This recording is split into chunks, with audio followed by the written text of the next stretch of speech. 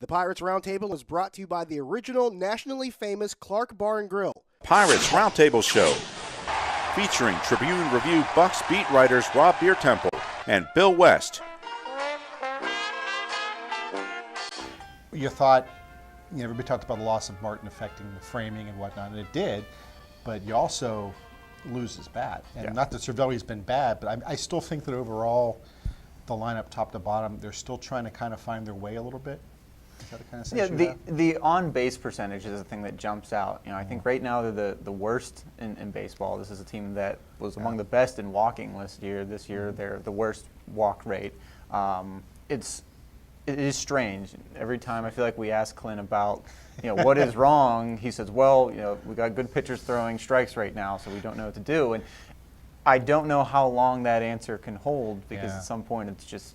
It's funny because when I'm in Phoenix last week and I was listening to some radio station out there, it was Diamondbacks call-in hour or something, and it was the same kind of thing. They were complaining about the offense and that, and the radio guys would say, well, they faced some really good pitching. And then yesterday I'm driving, I'm listening to MLB radio coming back from the airport, and they were talking about some other team, and Jim Bowden was on. It's the same thing. Well, they're facing really good pitching. I mean, it's a stock answer, but at some point, you're right.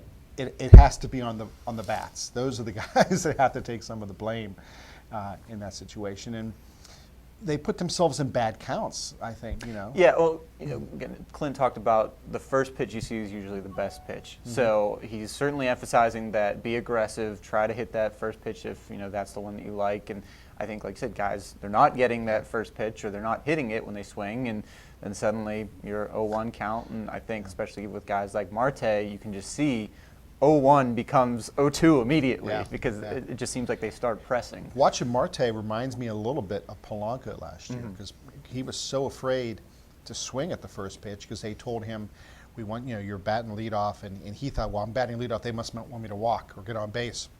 So he was trying to work walks, even if guys were going to come at him fastball, fastball, fastball. So, yeah, it's a little strange with Marte. He's a free swinger. Everybody knows that. But and the thing is, you talked about last year, the emphasis of getting on base, and he still says that's what he wants to do. That's his number one priority. Yeah. But he is trading a little bit of plate discipline for more power. The home runs, that's a bit of an eye-opener. This is a guy that got a hot bat the second half of last year, but again, when you look at him, it doesn't necessarily jump out as a power hitter. But I don't know. That'll be an interesting development over the next couple of weeks. It's just, is Marte going to become a more disciplined guy, or is he more of a Alvarez now, where it's just maybe you get the power, or maybe you get a strikeout? It's a coin flip proposition.